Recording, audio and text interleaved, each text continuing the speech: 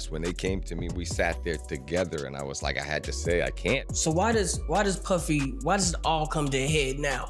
Why now? Why? Because he's the acceptable monster at this time, like R. Kelly was. If you've ever wondered why everyone around Jay-Z, whether they're his best friends, colleagues, or competitors, seems to end up in one mess or another, well, Jaguar Wright and Mark Wahlberg have some answers that might shed light on the situation. According to these two, Jay-Z has a tendency to throw people under the bus, and apparently that's exactly what he's doing to Diddy right now. When you start to think about it, there's a noticeable pattern. Every single person who has been affiliated with Jay-Z or who appears to be competition has ended up involved in some of the biggest scandals, or even worse, has passed away. Meanwhile, Jay-Z somehow always manages to come out smelling like roses, with any dirt on him getting swept under the rug faster than you can imagine. Jaguar Wright has been vocal about her opinions on Jay-Z, claiming that he wants to be the sole influential figure in the music industry. And to be honest, she might not be far off the mark. If you're a halfway intelligent person,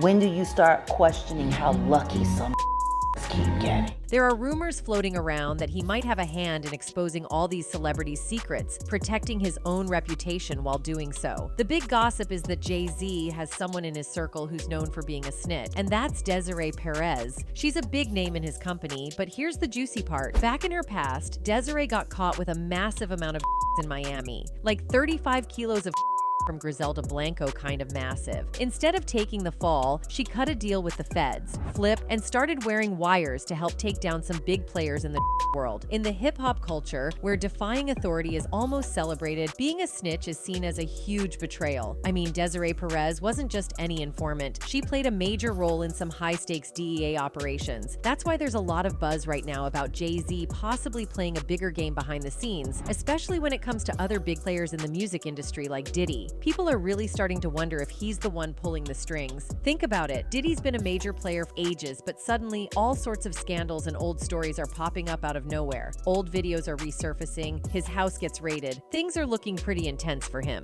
While it's true that Diddy's past isn't spotless, and maybe he's facing some karma, the timing and severity of these events have folks speculating if someone with a lot of power is targeting him to knock his empire down a peg. And a lot of fingers are pointing at Jay-Z. You've also got Demon Wilson adding his perspective with a really interesting analogy about overseers on plantations. He said these overseers had power given by the plantation owners, and they used it to keep the slaves in check, mainly because the overseers wanted to keep their status secure. As long as the slaves were productive and making money, the overseers' positions were safe. Wilson's comparing this to the way the entertainment industry operates. As long as celebrities like Diddy are making money for the big shots, they can do pretty much anything. But the moment they stop bringing in the cash or start causing problems, it seems like those in power are ready to show them who's boss. This comparison is pretty heavy, but paints a clear picture of the kind of cutthroat tactics that might be going on behind the scenes. If these theories are true, it shows a side of the industry that's all about power plays and maintaining control, with Jay-Z potentially at the helm of some major maneuvers. No matter what they do, no matter how vile it is, the gatekeepers will make it go away. As long as you are making money for the powers that be, you can do anything short of somebody watching you somebody. The moment you stop making the money for them, you have no intrinsic. Also, in the same interview, Jaguar Wright drops names like DeHaven, Big L, Dame Dash, and R. Kelly, suggesting that Jay-Z has been trying to eliminate competition and be the last man standing in the hip-hop world. She paints a picture of Jay-Z as someone who's not just trying to stay on top, actively trying to ensure he's the only one there, even if it means pushing out those who were once his closest allies. He lined up DeHaven, he lined up Big L, he lined up Dame Dash, stole his life identity, and took his love. Lined up R. Kelly. He wants to be the one. Starting with DeHaven, who was super close to Jay-Z back in the day when they were just a couple of guys from the Marcy houses getting by any way they could, even if it meant bending the law. They were thick as thieves, but as soon as things got real and DeHaven faced a federal conspiracy charge, Jay-Z was nowhere to be found. DeHaven even hinted that Jay might have been the one who snitched on him, leading to his arrest. Imagine that, going from best friends to suspects of betrayal. They didn't come to check on me. They didn't follow up with my family, he said of Jay and another friend, Emory. I got got word from Jay that, yo, don't worry about it, I got you. DeHaven said that when he was finally able to reach Jay, the rapper said he would help with him with a legal team, but he didn't hear back from him. Other people began copping to pleas and leaving, but DeHaven decided to keep his mouth shut, but his head down and take his case to trial. He said he had to use a court-appointed attorney, but in the end, it may have been what saved his life. Like, they didn't come and check on me. They didn't follow up with my family. As you sitting in there in that cell, and you ain't getting no feedback, the case is still going, and you saying like, well, where's the help at? Then there's Dame Dash. Everyone knows Dame and Jay-Z were partners in the music biz, building an empire together. But things got messy, real messy. Rumor has it that the rift started because of Aaliyah. Jay supposedly had a thing for her, but she ended up with Dame instead. That love triangle might have been what soured things between Jay and Dame, leading to their professional split and a lot of bad blood. Then Big L's story has got people talking about these wild theories that Jay-Z's been somehow dealing with rappers who get in his way of success. Jaguar Wright throws it back to when Jay-Z was just another rapper in New York, trying to make his mark. According to her back then, he was hanging out with Big L, a rapper who was about to hit it big. But just as Big L was set to shine, things took a turn, and suddenly Jay-Z's career started taking off instead. Jaguar thinks that's a bit too convenient to be just a coincidence. He showed up as that was with Big L.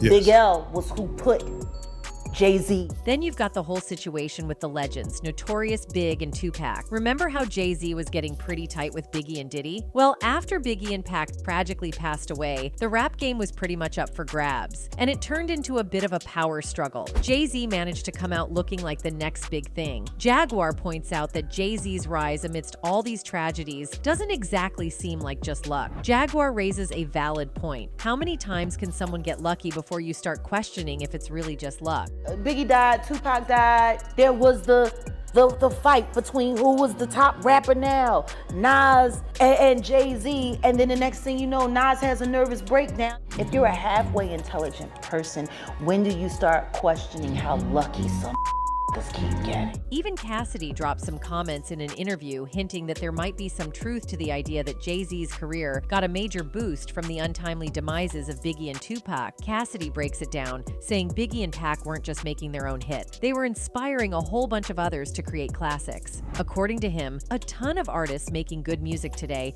probably wouldn't have done it if they hadn't heard Biggie and Pac doing their thing back in the day. He throws Jay-Z into the mix, saying we wouldn't be who he is now without the influence of Biggie and Pac. Cassidy's basically saying these guys changed the game, not just with their own catalogs, but by inspiring a whole generation of artists to step up their game. How would Jay-Z have become Jay-Z that he is if it wasn't for for Pac and Big being out? You know what I'm saying? The host throws a question at Cassidy, asking if Biggie and Pac kicking the bucket kind of paved the way for Jay-Z. Cassidy agrees, saying it was a business move. Big and Pac had everyone's attention, making it a tough road for Jay-Z to claim the title of the best in the game. It would have been a real challenge if Pac had stuck around, you know what I mean? Cassidy points out that there were other super talented artists in the mix, and with Big and Pac in the scene, it was a competitive battleground. Once Big and Pac were out of the picture, it was kinda like a clear path for Jay-Z and Nas to duke it out for the top spot. Cassidy spills the beans on how the rap game shifted gears after Biggie and Pac's departure. Jay-Z didn't have to go toe-to-toe with those heavyweights anymore because Biggie and Pac were out of the picture. Business, and you know what I mean? Big and Pac had everybody's attention, so it was hard for him to become Jay-Z, like the best, the top, like, you know what I mean? Nobody could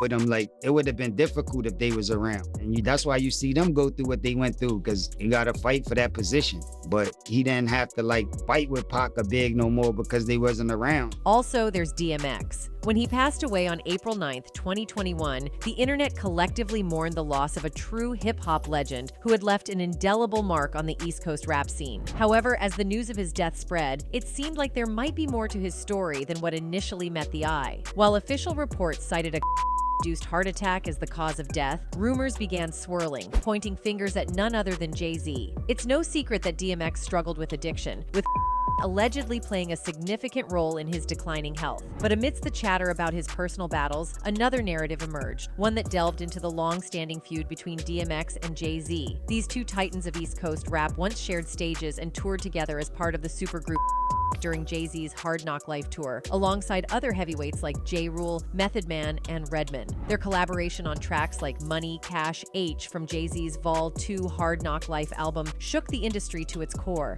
We are caught up with quite possibly the most important tour of the year, the Hard Knock Live Tour. Yet behind the scenes, their relationship was far from harmonious. From their early days battling it out in the Bronx to later clashes fueled by ego, DMX and Jay-Z's competitive spirit often overshadowed their immense talent. Rough Riders, the powerhouse entertainment company that once managed DMX, also known as Darkman X, shed light on this dynamic during a candid hour-long interview on The Breakfast Club on Power 105.1. Wah, D, and Siobhan Dean of Rough Riders didn't hold back, acknowledging the deep-seated competition between the two artists as a major obstacle to collaboration, especially when Jay-Z took the reins as president of Def Jam in 2004. Remember that legendary pool hall rap battle in the Bronx where Jay-Z and DMX famously squared off in the early 90s? Well, according to Rough Riders, even though they called it a tie, the tension lingered long after the rhymes were spit. We called it even because both of them were dope. X felt like he took it, Hov thought he did. So there was always this animosity in the air, Rough Riders spilled in their interview. And according to D, that battle made things a tad awkward once Jay-Z took the big chair as president. In DMX's mind, he was like, I won, I'm better than you, D said. So when Hov wound up being president at Def Jam, he felt like he had to answer to him, and X didn't like that. He felt some type of way about Hov dictating his future. We called it a draw because they both was nice. So we said, all right, it's a draw. X felt like he won, Hov gonna feel like he won. So it was an animosity there, always verbal, but it was just in his mind, like, I won, I'm better than you. So when Hov wound up being the president of Def Jam, he felt that he had to answer to him, and X ain't like that. Now, Jay-Z is undeniably a powerhouse in the music industry and beyond. He's not just a legendary rapper and producer. He's also a record executive and a billionaire with investments in everything from liquor to real estate and art. He's been instrumental in shaping the careers of some of the biggest artists of our time, like Rihanna and Kanye West, and he's played a key role in launching stars like J. Cole. However, despite his massive contributions to the careers of many, there are claims that he's also had a hand in stalling or even derailing some artists' careers. One prominent example that often comes up is Beanie Sigel. Beanie was another artist whose career Jay-Z helped to kickstart. His debut album, The Truth, dropped in 2000 to critical acclaim and commercial success, peaking at number 5 on the Billboard 200. Beanie was riding high, and it seemed like he was set to become one of the greats. But whispers in the industry suggest that Jay-Z might not have been too happy with Beanie potentially outshining him. TK Kirkland recently said that a music producer associated with Rockefeller Records, where Beanie was signed, told him that Jay-Z intentionally limited Beanie Sigel's success. According to this music executive, there was an unspoken rule that no artist on the label could eclipse Jay-Z himself in terms of record sales or popularity. It was like there was a cap on how much success you could have if you were under Jay-Z's label. And for Beanie, that meant not pushing his albums beyond a certain point, no matter how well they could have done. They would only let Beanie sell so many records, and that was it. You couldn't be bigger than Jay-Z on Jay-Z's label, if that makes any sense. They wasn't gonna push you to, that you couldn't be bigger than Jay-Z. Some fans think the idea that Jay-Z sabotaged Beanie's career is a bit far-fetched. They argue that Jay-Z did a lot to promote Beanie's career, but ultimately Beanie's personal decisions led to his professional downfall. Nevertheless, there are others who are convinced that there was an element of sabotage involved. They believe that Jay-Z viewed Beanie as a threat to his own status in the rap game, prompting him to put a limit on Beanie's success. Jay-Z by far did that to us. He knew Jay-Z competition. Jay-Z don't like when somebody is a threat towards him. He don't like that. Also, Beanie Sigel himself has shared some personal insights that suggest not everything was smooth in his relationship with Jay-Z. He mentioned how Jay-Z influenced his approach to writing music, specifically noting that Jay-Z, who is known for not writing his lyrics down, encouraged Beanie to adopt the same style. This change was significant for Beanie, altering his creative process. Do you write? No. Oh, you don't write? No. I picked that up from Jack. He made me not write. Now, when you look at Jay-Z's connections with guys like Diddy and R. Kelly, who've both faced their fair share of scandals, it's weird how Jay-Z has managed to dodge any major dirt sticking to him. Back in the day, Jay wasn't exactly an overnight success story like some of his buddies in the music business. Meanwhile, R. Kelly was already a big name in the R&B scene, and Diddy was making waves in the record label world. Eventually, their paths crossed, and Jay ended up collaborating with both of them on various projects. Now, Jay and R. Kelly Kelly were tight, both inside and outside the studio. They hit up the same parties, shopped at the same spots, and even shared a few romantic interests. But here's where things get sticky. Since R. Kelly's been called out for being a creep, folks are starting to wonder if Jay might have been in on it too. There's talk floating around that Jay wasn't just turning a blind eye to R. Kelly's antics. Some people are speculating he was right there in the mix, maybe even encouraging and covering up for him. Take Aaliyah, for example. R. Kelly supposedly married her when she was just 15. Yeah, that's a major no-no because legally she couldn't sign any documents for herself. Needed a parent or guardian for that. But R. Kelly managed to pull some strings and got paperwork that said Aaliyah was 18 and cool to consent to marriage.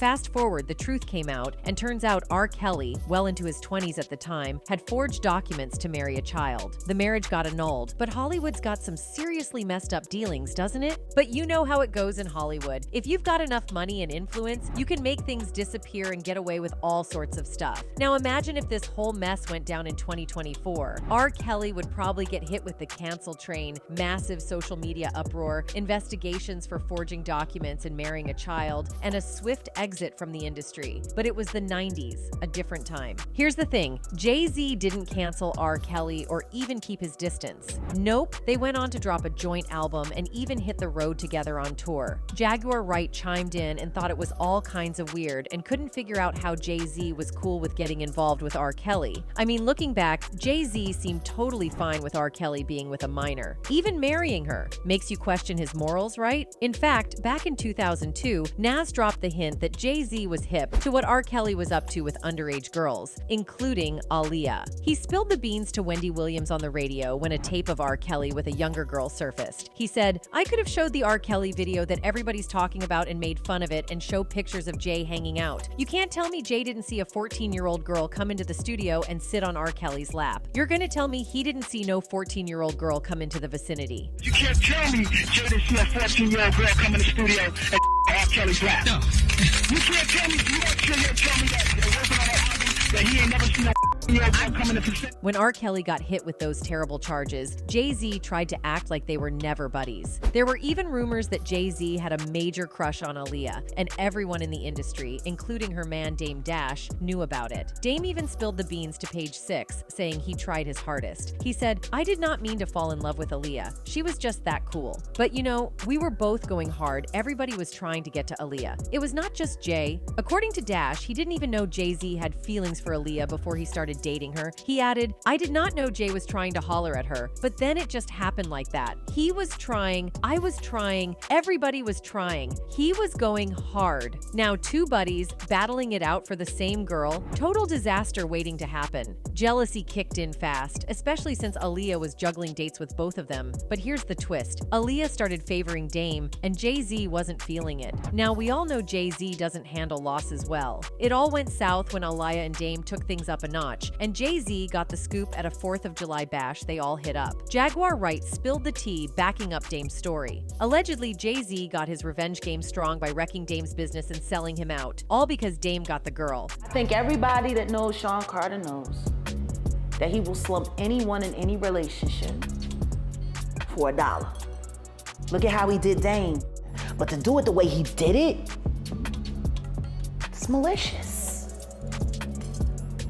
But maybe that was because he girl that didn't want you. Then Jay-Z shifted his focus from Aaliyah to Beyonce, aiming to be part of Hollywood's ultimate power couple. Problem was, for that dream to happen, he needed Beyonce to be the top lady in Hollywood. Now don't get me wrong, Beyonce was destined for greatness with or without Jay-Z. But rewind to when they first crossed paths. Beyonce had just stepped out of Destiny's Child and was hustling to make her mark. Meanwhile, Aaliyah was already carving out her own lane, ready to conquer the world. But then tragedy struck, and Aaliyah left a void at the top. According to Jaguar Wright, that wasn't just a coincidence. It paved the way for Beyonce to step into the spotlight. But here's the interesting thing. There's some talk that Aaliyah's passing might not have been a freak accident, but a well-orchestrated plan. Let's do a quick recap on that. Right after the crash, rumors claim that the small plane was overloaded by a few hundred pounds. Plus, the weight wasn't spread out evenly, making it a hot mess to control once it took off. It turns out the pilot wasn't on the up and up either. Dude reportedly faked his license and was all messed up on alcohol and who knows what else. When the accident incident went down, Aaliyah wasn't even keen on hopping on that plane. She straight up voiced her worries about getting on the plane. There was even a witness. Kathy Lindoli spilled the details in her book, Baby Girl, better known as Aaliyah. There's this 13-year-old Kingsley Russell, whose fam runs a taxi hustle in the Abaco Islands. Back on August 25th, 2001, he's rolling with Aaliyah as her squad heads to the airport for her flight back to the US. And when Aaliyah peeped the plane, she was like, no,